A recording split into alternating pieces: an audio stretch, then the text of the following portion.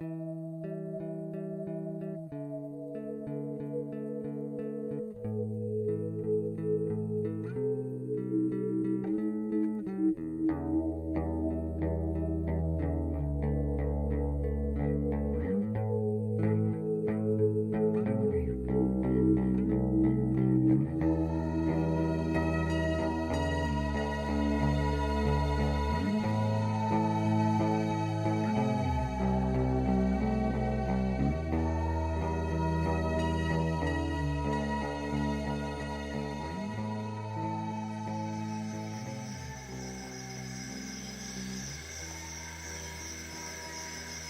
forêt a elle-même naturellement n'est pas méchante.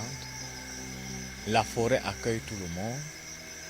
La forêt est paisible, n'est-ce pas, et cool.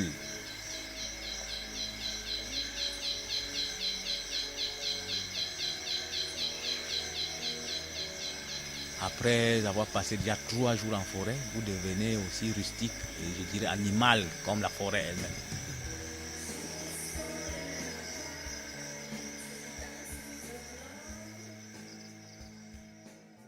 La biodiversité est constituée par l'ensemble des ressources vivantes, c'est-à-dire animales, végétales et microbiennes. Aujourd'hui, cette biodiversité, qui est très importante à cause du fait que nous tous nous en dépendons, à plusieurs titres, sur le plan alimentaire, sur le plan médicinal ou médical, et également sur le plan des services. La biodiversité s'érode dangereusement à cause des mauvaises utilisations. On peut citer les mauvaises pratiques culturelles, par exemple l'agriculture itinérante sur brûlis, une coupe du bois qui n'est pas réglementée et le baconnage.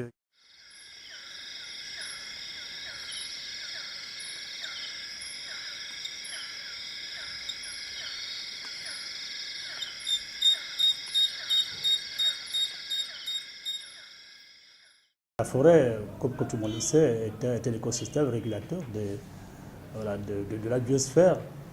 Et c'est pour ça qu'aujourd'hui, les forêts tropicales sont devenues aujourd'hui un grand danger mondial. Hein. Et donc, bon, et nous savons à quelle allure ces forêts disparaissent. On connaît les causes. Les causes sont essentiellement humaines. Donc, il est question vraiment qu'on sensibilise les populations. La conservation de la biodiversité, les grands phénomènes environnementaux, les changements climatiques, etc., se comprennent mieux lorsqu'on intègre le sol, le cycle du carbone, les cycles biogéochimiques, etc.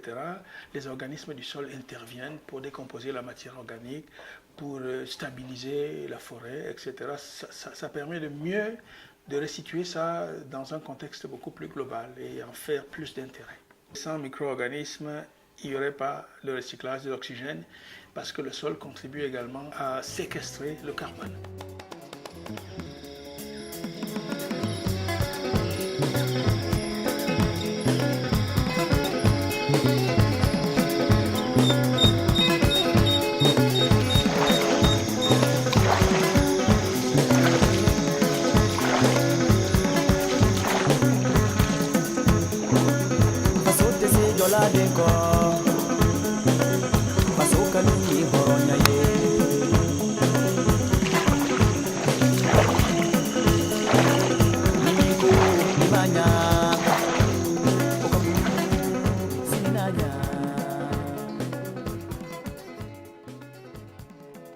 Nous sommes juste à l'entrée de la réserve de faune du Dja, baptisée aujourd'hui patrimoine mondial de l'humanité par l'UNESCO.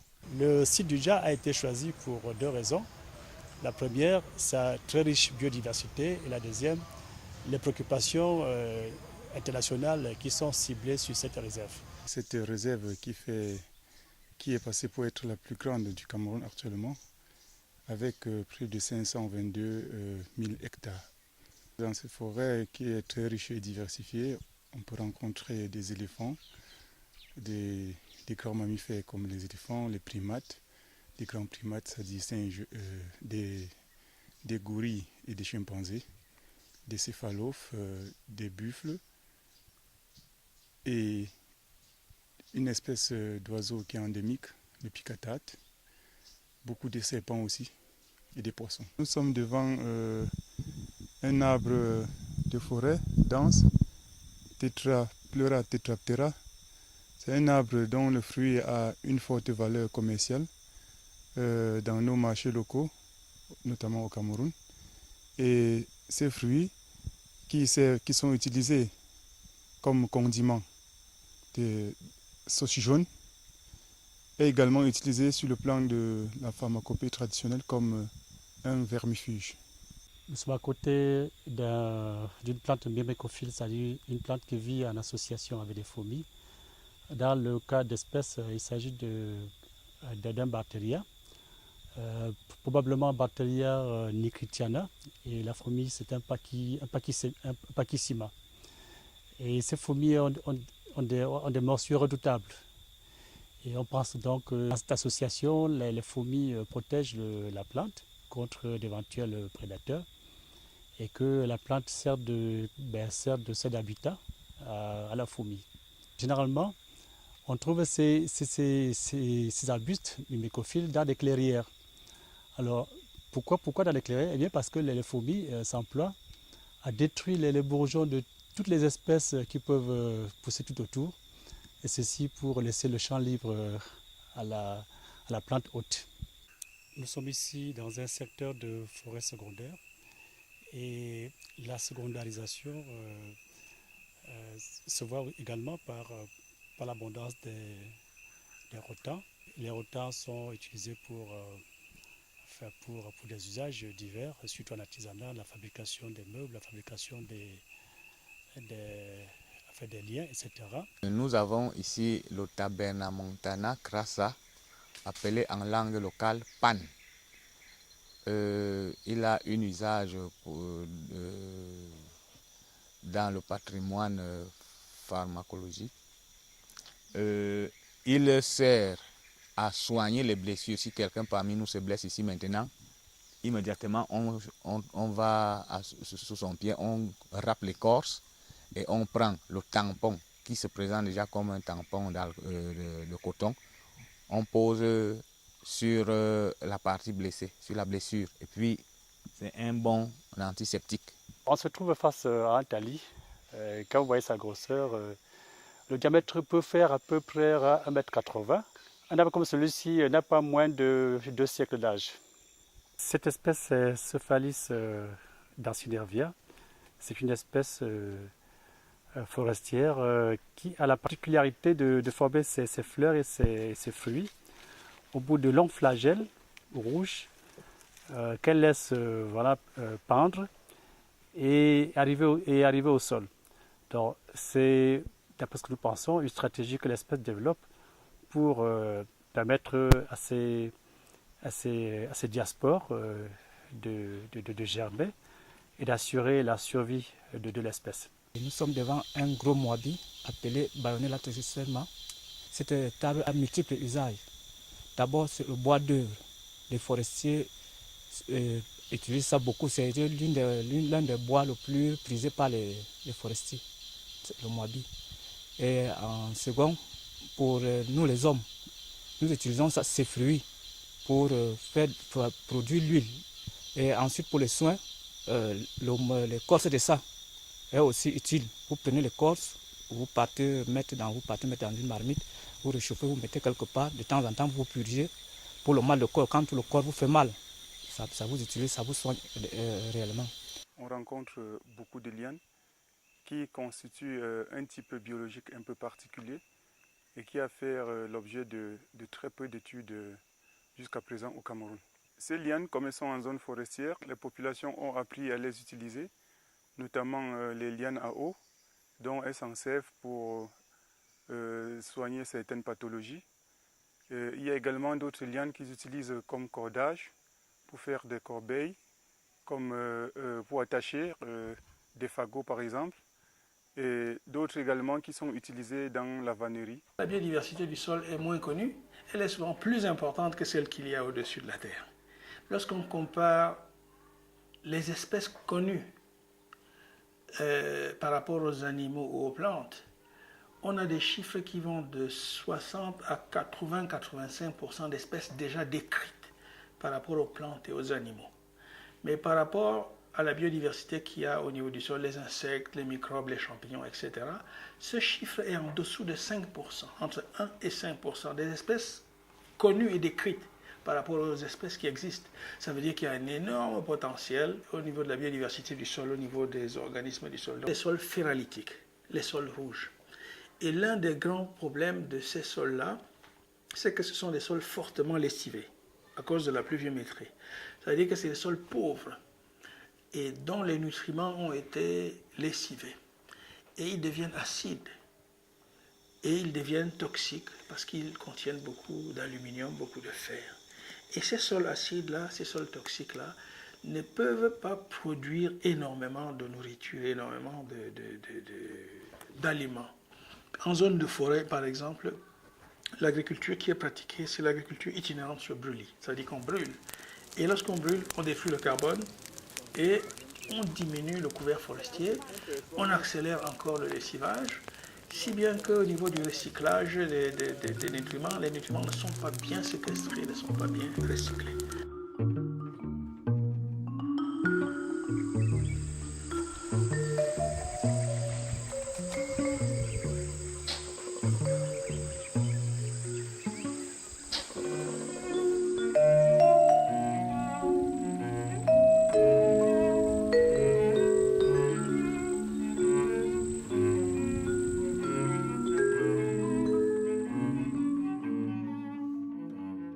Les différentes personnes qu'on va entendre sont impliquées dans l'utilisation et la gestion des ressources de la réserve.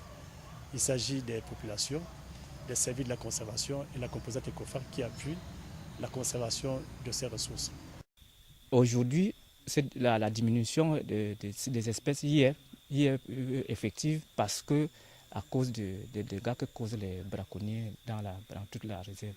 Ça arrive souvent qu'on surprenne les braconniers en profondeur, soit ayant déjà abattu, soit en voie de vouloir achever comme ça, ayant déjà entamé l'abattage. Dans la plupart des cas, nous les arrêtons et nous les conduisons au village et nous les mettons à la disposition de la justice. Tout récemment, on était arrivé dans un campement en pleine réserve où il y avait un avec 250 pièces et il avait une cabane tôlée. Pendant qu'au village, celui-là n'a pas une maison tôlée, mais il a plutôt tôlé sa cabane en forêt pour décimer la faune. Ce qu'on peut dire sur le braconnage, c'est qu'il est encore aujourd'hui omniprésent malgré les efforts de la conservation, même si la présence des écogardes sur le terrain permet de diminuer cette pression. On a deux grands types de braconnage. On a un premier braconnage qui va s'intéresser plus particulièrement à certaines espèces comme l'éléphant, notamment pour les défenses, les panthères pour leur peau, parfois des animaux vivants comme les gorilles, les chimpanzés. Et ensuite on a un autre braconnage qui est orienté plus précisément sur la viande. Donc là il faut encore distinguer deux cas de figure. Le premier, c'est pour l'alimentation des populations riveraines qui vivent autour de la réserve. C'est quasiment leur seule source de protéines avec la pêche, sachant que culturellement ce ne sont pas des populations qui pratiquent de l'élevage. Et ensuite, ce qui est beaucoup plus grave pour nous, c'est le braconnage commercial. Aujourd'hui, avec les sites urbains, on a des points d'appel vraiment très très importants au niveau de la viande. Et si les braconniers eux-mêmes ne gagnent pas beaucoup d'argent, tout le réseau intermédiaire qui est très organisé, lui, génère énormément de recettes. Dans la lutte anti-braconnage, il est question de maintenir l'espèce animale en vie. Pour la maintenir en vie, nous procédons à des contrôles inopinés à l'intérieur et à l'extérieur de la forêt. À l'extérieur de la forêt, il est question de contrôler les bagages, les gibiers, les véhicules qui sont en train de sortir de l'intérieur vers l'extérieur. À l'intérieur de la forêt, nous suivons des lignes de pièges, des campements de chasse que nous brûlons, nous saisissons des armes. Le travail des écogardes, premièrement, consiste à la surveillance de l'air protégé, à la collecte des données et à l'encadrement des populations. Nous utilisons les armes MAS 106. Ce n'est pas des armes automatiques, mais des armes mécaniques. Et leurs qualités même ne sont pas fiables. Les braconniers ont des moyens plus performants que les nôtres. Une ressource comme le gibier que nous chassons beaucoup, elle tente à finir parce que auparavant on trouvait le gibier à moins de 2 km, maintenant il faut aller à plus d'une dizaine de kilomètres pour le trouver. Donc nous sommes tellement conscients. Le braconnage fatigue d'abord l'homme parce qu'aller en forêt à une forte distance et faire des manœuvres, couper le bois humide, faire des pièges et transporter cette viande de la bouche jusqu'au village, c'est d'abord fatigant, ça perd trop d'énergie. Chef que je suis, j'étais braconnier. J'avais 600 pièges. Avec l'arrivée de l'ECOFAC, j'avais abandonné mes pièges. Étant chef, je ne peux plus mener ces mêmes activités-là. On risquerait de me copier. Donc j'ai abandonné le braconnage. Si on va dans la forêt, c'est parce qu'on veut tuer du gibier, soit pour en manger, soit alors pour en vendre. Beaucoup plus d'ailleurs pour en vendre dans les grands centres urbains. En vendre pourquoi? Parce qu'on veut avoir de l'argent. De l'argent pour envoyer les enfants à l'école, pour se vêtir, pour satisfaire les besoins élémentaires. Voilà. Les gens cherchent de l'argent, c'est pour sortir de la pauvreté. Les gens sont pauvres ici.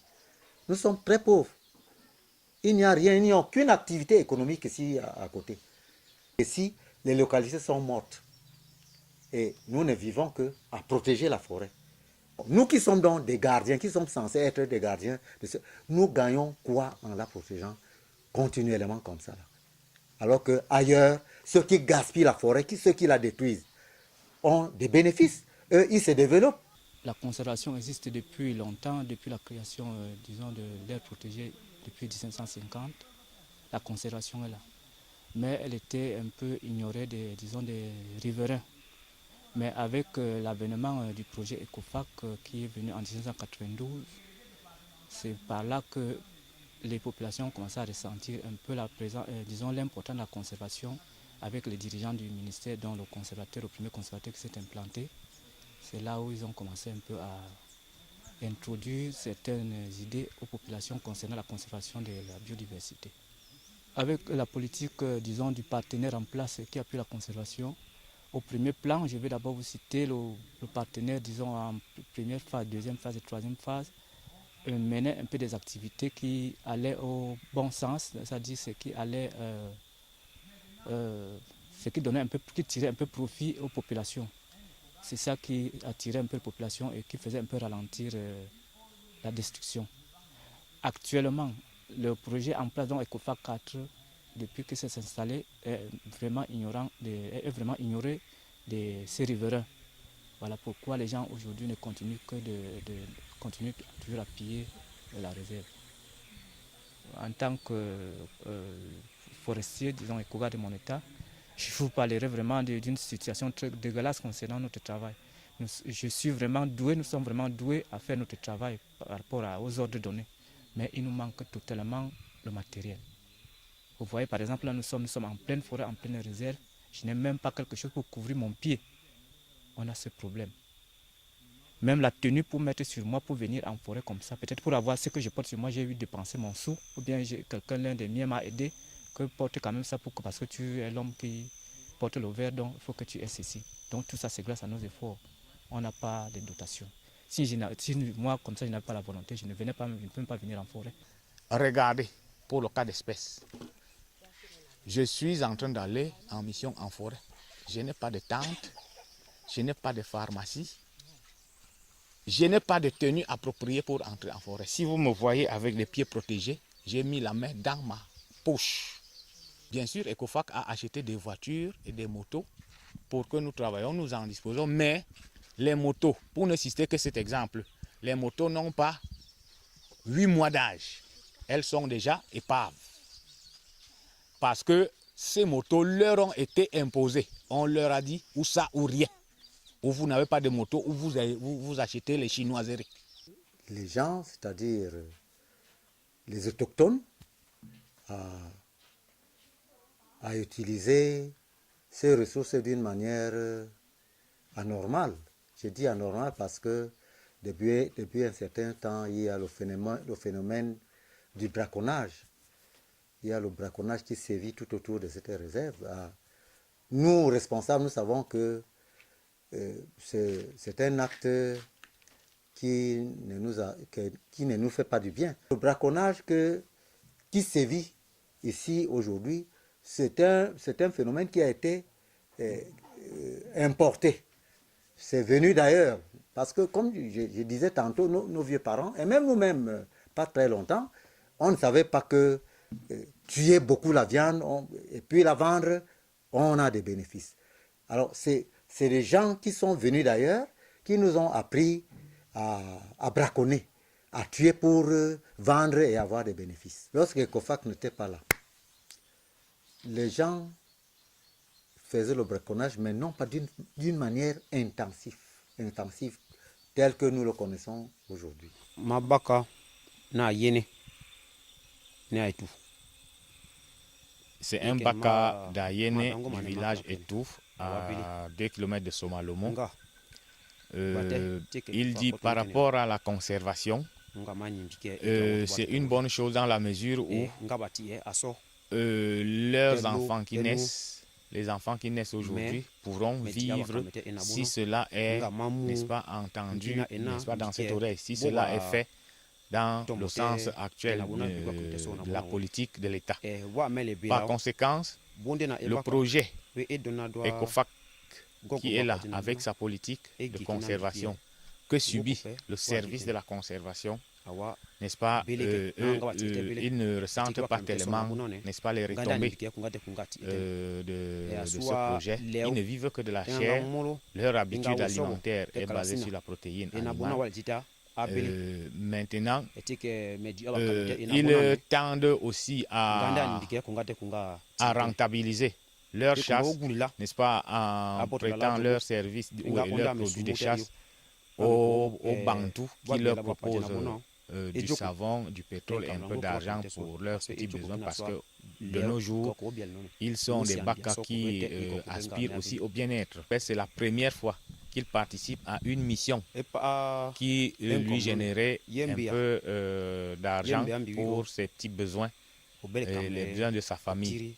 Et il aimerait, il souhaiterait que pour un bon changement et pour une bonne conservation, qu'il soit pris en compte, qu'il soit intégré au même titre que les autres Bantous, qu'il soit intégré dans des missions et des patrouilles de façon à ce qu'il soit aussi occupé, qu'il ne soit plus tellement dépendant par rapport au système actuel de conservation. C'est pas encore formidable, c'est pas encore terrible, mais je souhaiterais que dans l'avenir, on tienne compte, n'est-ce pas, de la présence et de l'existence du Baka qui vit essentiellement de la chasse et de la cueillette, afin que nous soyons autonomes.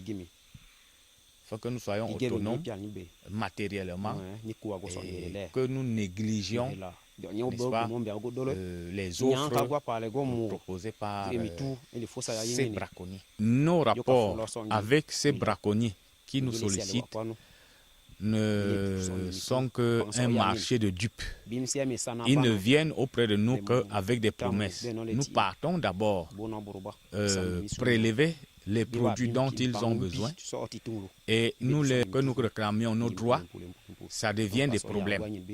Et ils nous tapent dessus, ils nous bastonnent. Les braconniers qui nous viennent surtout régulièrement comme ça, peut-être comme il y a des périodes que le braconnier il te trouve. Tu as fait presque 2 semaines, tu dors dans le noir, tu n'as pas de savon, tu n'as rien. Bon, il te manque comme ça, il te donne d'abord un petit 2000 francs. Tu te débrouilles avec, tu achètes du savon et du pétrole. Pour que tu entres en brousse, lui faire ce qui, lui chercher la viande, lui faire la chasse. Bon, toi maintenant tu pars, tu as espoir que quand ça va marcher là-bas en brousse, il pourra te donner une bonne chose. Bon. Bien après le rendement, dès que tu rentres de la brousse, il prend son colis, il ramène, il part, il te trompe toujours comme ça, avec les promesses. Bien après, quand tu vas revendiquer, ça va devenir des problèmes, des sérieux problèmes, et tu seras obligé de laisser, vu qu'on a tous peur de la conservation, que si tu essaies de soulever, ça va te créer des grands problèmes. On vit surtout à travers ça. La chasse et la cueillette là, on n'a toujours pas de boulot, on n'a pas de job. On chôme toujours là, on n'a rien qui peut nous occuper, par exemple pour qu'on puisse laisser les gibiers tranquilles. Le programme ECOFAC, c'est un programme financé par l'Union européenne à travers des dons. Et son objectif principal est d'appuyer les services de la conservation, donc du ministère de la Faune, pour la gestion durable des ressources naturelles et de la réserve de faune du Dja. Le principe d'intervention du programme ECOFAC 4 est de soutenir les services de la conservation dans la mise en œuvre de leurs activités. Donc leurs activités se concentrent essentiellement bien sûr sur les activités de surveillance, mais aussi de recherche, de suivi écologique et d'accompagnement des populations vers un développement durable. Il y a eu 3 premières phases qui ont été menées depuis à peu près une quinzaine d'années. Et à cette époque, donc, l'Union européenne avait mis en place tout un personnel pour réaliser les activités de conservation et de développement. Aujourd'hui, cette dernière phase est essentielle vu que c'est une phase de transition où on va en gros remettre les clés de la réserve à l'administration. En fait, on ne va pas les remettre parce que c'est déjà fait. Aujourd'hui, tout le personnel qui œuvre pour la mise en œuvre d'ECOFAC est du personnel de l'administration de la faune. Donc ce personnel est organisé par antenne. Donc on a 4 antennes autour de la réserve et aussi une équipe de spécialistes qui sont les chefs d'unité. Certains s'occupent de l'anti-braconnage, d'autres de la recherche ou encore de la sensibilisation et du développement. Pour la conservation, pour nous, je peux dire que c'est une bonne chose, mais il y a un petit problème qui se pose là-dessus, parce que nous autres, on est toujours là, même avant même que nous ne soyons là, nos parents étaient là.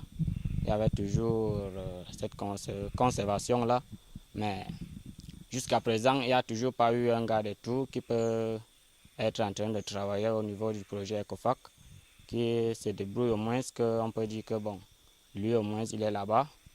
Ça peut aussi nous amortir de ne pas trop faire le braconnage, mais jusqu'à l'heure actuelle, moi-même, c'est ma première fois de faire ce petit boulot, ce petit portage pour avoir un peu les retombées de la conservation. Mais surtout, nos frères de Smalomo, du projet ECOFAC, ils n'en prennent pas part de nous autres au niveau de tout. Ils ne font que nous passer là-dessus et tout ça, bon. Et nous autres, nous, on ne sait pas comment on puisse développer notre système de vie au niveau de tout. Et tous les problèmes, tant les problèmes qu'on a au niveau de la vie et tout ça. On ne sait pas comment on peut les mener, tout ça, se débattre. On ne sait pas, bon. Si ils avaient aussi pris au moins part de nous pour nous intégrer au moins au niveau de petits jobs, de petits boulots pour qu'on puisse aussi se débrouiller, se démerder. On aurait dû laisser le braconnage.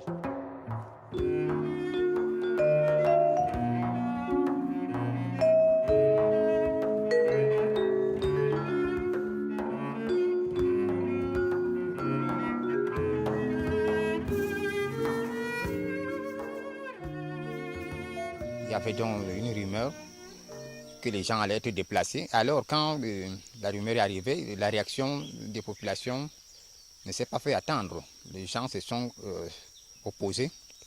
Ils ont dit qu'il est hors de question qu'ils sortent de la terre de leurs ancêtres et qu'en sortant par exemple de la réserve, en allant recaser les gens ailleurs, il n'y aura pas une récompense équivalente à ce qu'ils vont perdre dans la terre de leurs ancêtres. Ils préfèrent donc rester là. Là où vos ancêtres vous ont demandé de rester toujours, vous devez veiller à leur tombe, allez toujours régulièrement les nettoyer. Et parmi nous ici, il y en a qui sont des guérisseurs et dans tout ça, ils sont attachés à ces valeurs.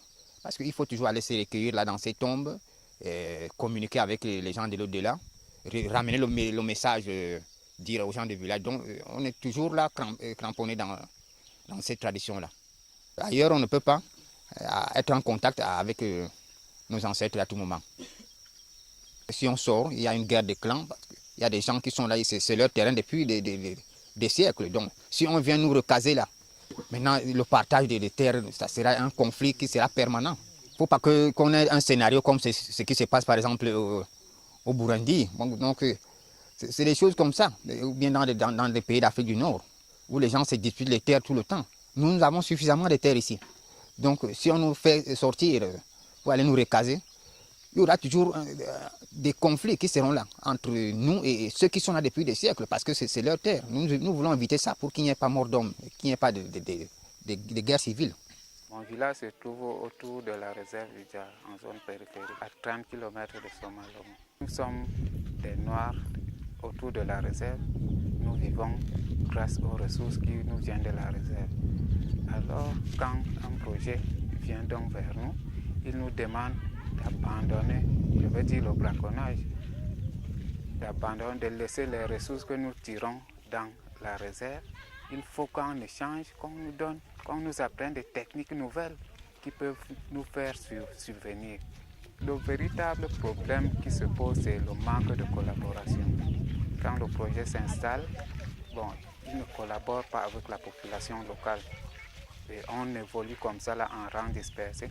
Or, nous voulons nous nommer premiers conservateurs de notre forêt. Parce que c'est nous qui l'habitons, c'est nous qui la côtoyons et c'est nous qui la pillons. Mais quand il y a certains qui viennent dire que ce sont eux maintenant les conservateurs, il y a déjà problème. Et là, le courant ne passe pas. Les populations riveraines du Dja, leurs attentes jusque-là restaient insatisfaites. Parce que, voyez-vous, ces gens, ils avaient l'habitude de tirer tout de cette forêt. Toutes leurs ressources provenaient de cette forêt. Il y a des hauts cadres de l'administration camerounaise qui ont effectué leurs études grâce aux ressources provenant de cette forêt. Et puis, du jour au lendemain, on dit aux populations, voilà, vous ne pouvez plus y toucher parce qu'il faut la protéger, il faut protéger cette forêt, il faut protéger ses ressources. Et vous imaginez bien que ça n'a pas été facile, ce n'est même pas facile pour ces populations de comprendre cette exigence et d'accepter cette nouvelle contrainte. Nous éprouvons, n'est-ce pas, un certain nombre de difficultés. Nous avons une pression énorme de la population vis-à-vis des ressources naturelles. Pour être plus précis, sur les ressources fauniques, les populations riveraines qui sont autour du Dja pensent que la réserve, n'est-ce pas, les a spoliés, n'est-ce pas, les a distraits, n'est-ce pas, d'une bonne partie de leur terre. Donc par conséquent, ils ne trouvent pas un autre endroit pour aller se procurer, n'est-ce pas, du gibier pour se nourrir. En conséquence, la seule source, n'est-ce pas, c'est la réserve. Et là, avec le nombre de personnels, n'est-ce pas, que nous avons, il nous est très difficile de contenir, n'est-ce pas, toute cette pression. Et alors, ce que nous vivons maintenant, c'est beaucoup plus la répression. Or, il faut compenser avec les aspects de développement, le projet de développement. Donc, ce n'est pas très efficace ce que fait Kofa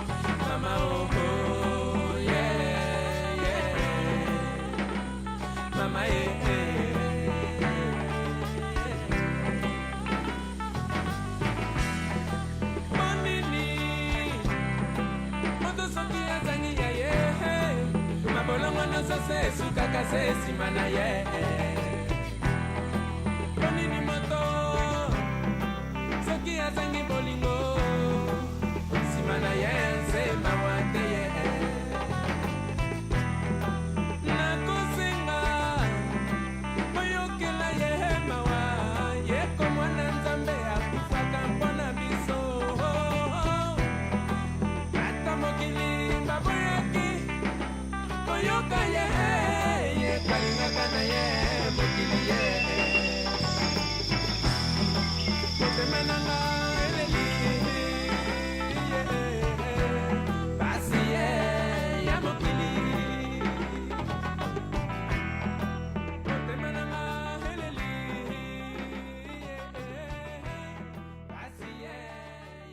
Je sens beaucoup ECOFAC quand il y a répression.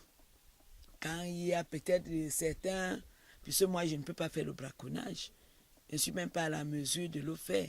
Mais quand il y a peut-être saisi quelque part, c'est là qu'on sent le mouvement, que ECOFAC existe, il y a ceci, il y a peut-être un éléphant qui est mort quelque part, on sent ECOFAC.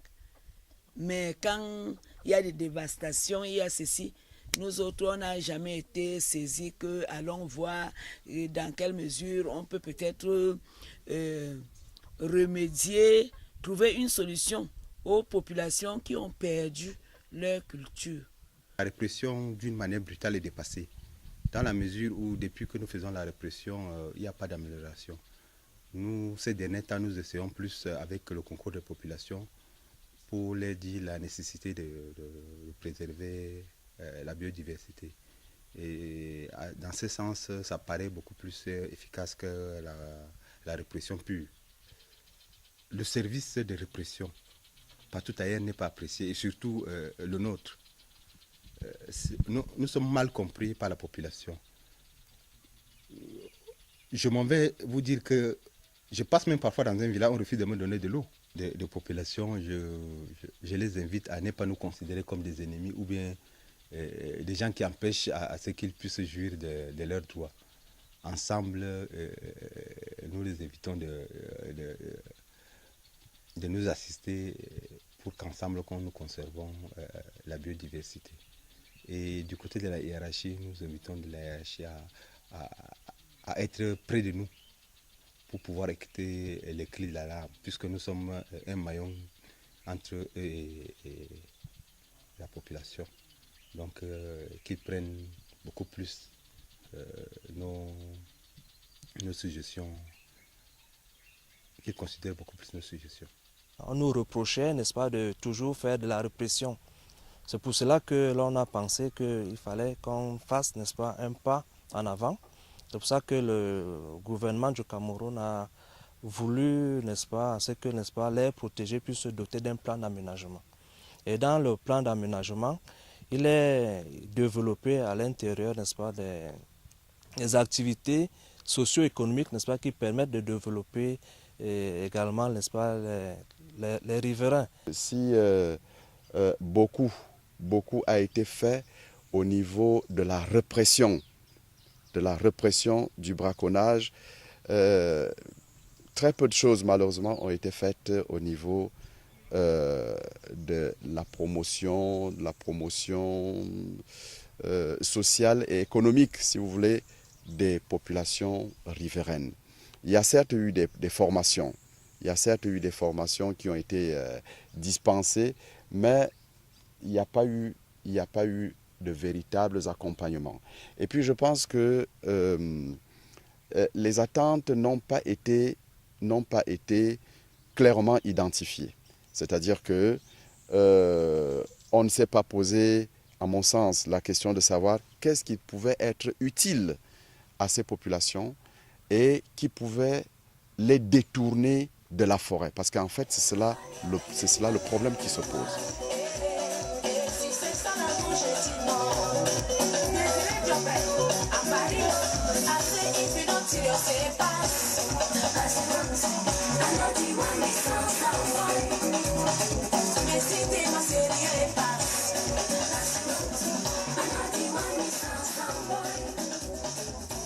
Ces populations ont dans la tête un sentiment de rentier. C'est-à-dire qu'ils aimeraient ne rien faire et attendre, n'est-ce pas, qu'on leur verse, n'est-ce pas, de l'argent tous les mois, comme, n'est-ce pas, les autres populations qui sont tout autour, n'est-ce pas, des unités forestières d'aménagement qui reçoivent la RFA. Pour cette population, nous savons que elles savent qu'elles vivent au jour le jour. Donc leur dire, n'est-ce pas, d'avoir des épargnes ou bien de penser à demain par rapport à leurs enfants, ça, ce n'est pas leur préoccupation. Pour eux, c'est vivre le présent. Le demain et le lendemain importe très peu pour ces populations.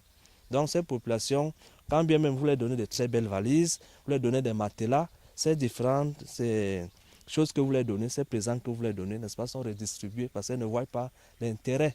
La principale difficulté, à mon avis, du programme ECOFAC, je crois que c'est aussi la principale difficulté des services de la conservation, c'est de faire comprendre aux gens que cet espace est protégé et qu'il y a des règles à respecter.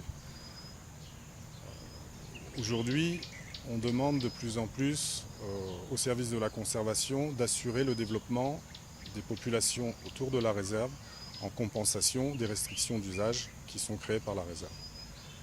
Le problème est un peu mal posé et l'administration du MINFOF a déjà pris des mesures justement pour répondre à ça. Il faut comprendre que les services de la conservation ont un rôle de police à jouer et ils le jouent parfaitement. Il n'y a qu'à voir les saisies qui sont faites régulièrement.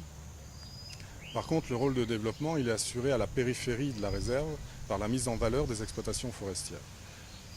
Les exploitants forestiers versent à l'État un certain nombre de taxes. Une partie de ces taxes va directement aux communes ou aux communautés locales. Une partie de ces taxes est également reversée dans un fonds spécial pour appuyer la conservation des aires protégées, le reste allant bien sûr à l'État.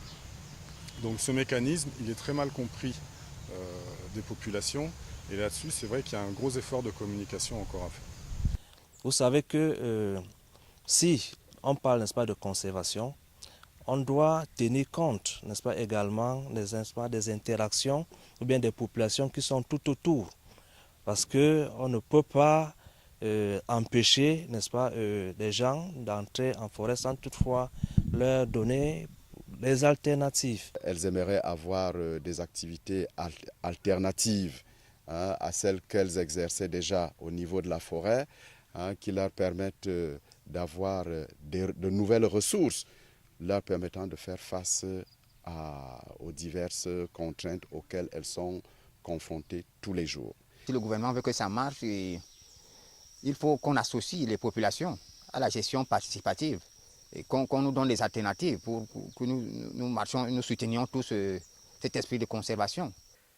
Je vis difficilement. Ma famille mange difficilement la viande.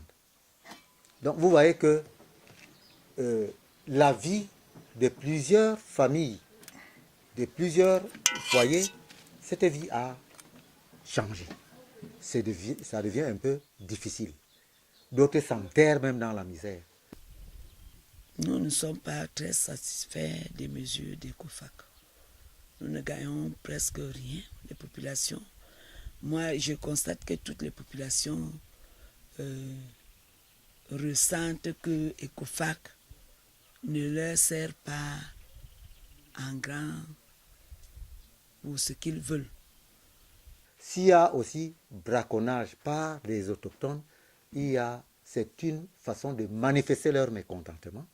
C'est une déception parce que leurs attentes sont vaines. Nous savons que c'est une vaste réserve qui environ recouvre 626 000 hectares, mais dont nous n'en bénéficions pas des retombées.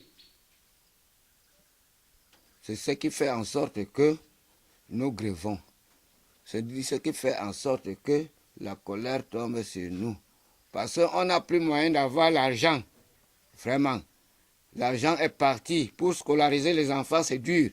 Nos écoles ne sont pas construites en locaux modernes.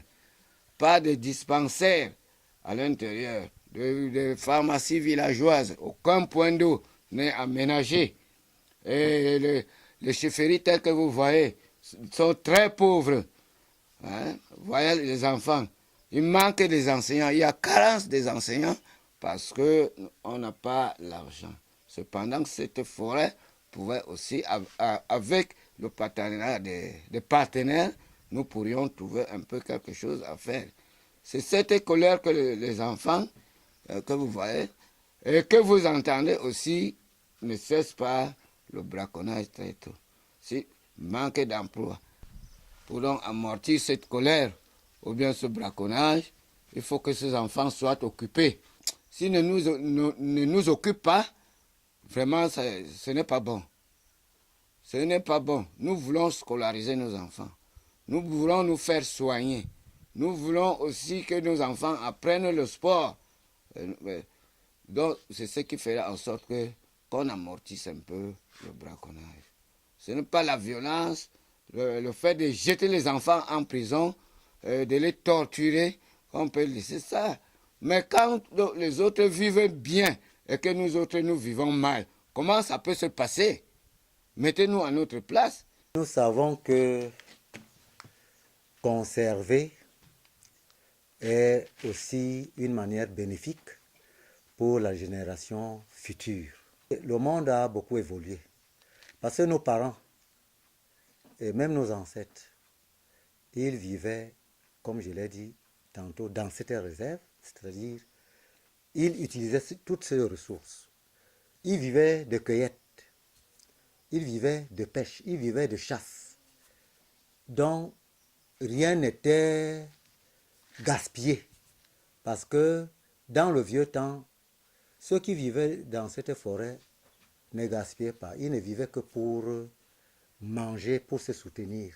Ce n'était pas comme les gens connaissent aujourd'hui l'effet du braconnage, c'est-à-dire il faut tuer pour vendre et avoir des bénéfices de vente. Lorsque le gouvernement amène la politique de conservation, nous adhérons à cette politique parce que nous savons que c'est pour notre bénéfice, c'est pour l'utilité des générations futures et même pour le monde entier parce que depuis longtemps on ne parle que de la réserve de biosphère, de la réserve mondiale. Ça veut dire que cette réserve implique l'intérêt de tout le monde entier. On doit faire, n'est-ce pas, des efforts pour que les activités de conservation, n'est-ce pas, soient en équilibre avec les activités de développement. Donc, dans ce sens, avec le partenaire ECOFAC, nous avons eu à développer un certain nombre d'initiatives. Nous avons eu, dans un premier temps, à aider directement les populations à travers un programme spécifique que l'on a appelé, n'est-ce pas, programme mesure d'accompagnement. Donc dans ce programme, il était uniquement consacré, n'est-ce pas, au développement des populations riveraines. Donc là-dedans, on a pensé aux infrastructures sociales, c'est-à-dire la construction des routes, la construction des ponts. On a pensé, n'est-ce pas, qu'on pouvait amener, n'est-ce pas, les gens à produire, n'est-ce pas, dans l'agro, n'est-ce pas, industrie. Nous avons mis en place, n'est-ce pas, des pépinières de palmeraie, des pépinières, n'est-ce pas, de cacaoyers. Et ces pépinières, n'est-ce pas, ces plants étaient distribués gratuitement aux populations pour que ces populations puissent créer des plantations. Mais à la grande surprise, on s'est rendu compte immédiatement que ces populations prenaient ces plants et les revendaient. Ce qui veut dire que ces populations n'étaient pas préparées, les populations ne pensaient pas eux-mêmes, n'est-ce pas, à se développer. Donc, on leur a appris à fabriquer les tuiles, à fabriquer les briques de terre. Ceci, c'était pour améliorer leur habitat. Beaucoup ont appris, mais n'ont pas pu, n'est-ce pas, développer cet habitat. Il y a très peu, si vous regardez dans la ville, vous allez trouver quelques habitats en terre stabilisée et également en tuiles. Ce qui prouve que, n'est-ce pas, les actions que nous avons eu à mener sur le terrain, n'est-ce pas, n'ont pas été négatives. Donc, il se trouve que dans la zone où nous nous trouvons, nous avons comme riverains des peuples, donc la culture est essentiellement tournée vers la chasse, la cueillette et également la pêche. Donc vous comprenez que c'est des populations qui ne sont pas habituées à produire, à mettre des plants sur terre, attendre que ces plants-là puissent mûrir et récolter. Les mesures nous ont formés beaucoup plus sur les organisations paysannes, donc les GIC et associations. Et dès qu'on finit de nous organiser, on va les légaliser pour prétendre à des subventions. Donc c'était un paquet d'éléments positifs. Bon, aussi, ils nous ont appris à cultiver le palmier à huile qui est tellement envié dans la sous-région. Et aussi le maïs sélectionné.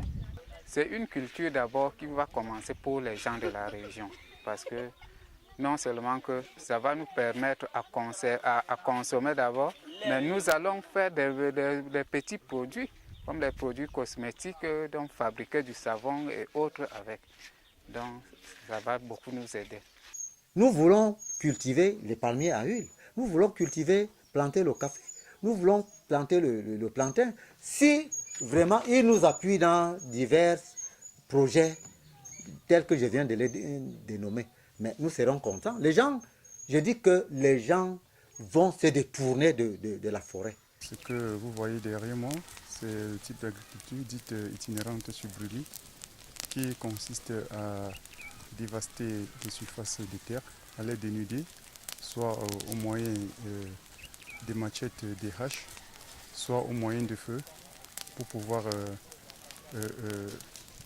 désherber rapidement et puis sarcler au besoin. Le problème majeur que pose ce type d'agriculture, c'est qu'il met directement la surface du sol en contact avec, par exemple, les pluies, les eaux de pluie, qui seront à l'origine d'imminente érosion.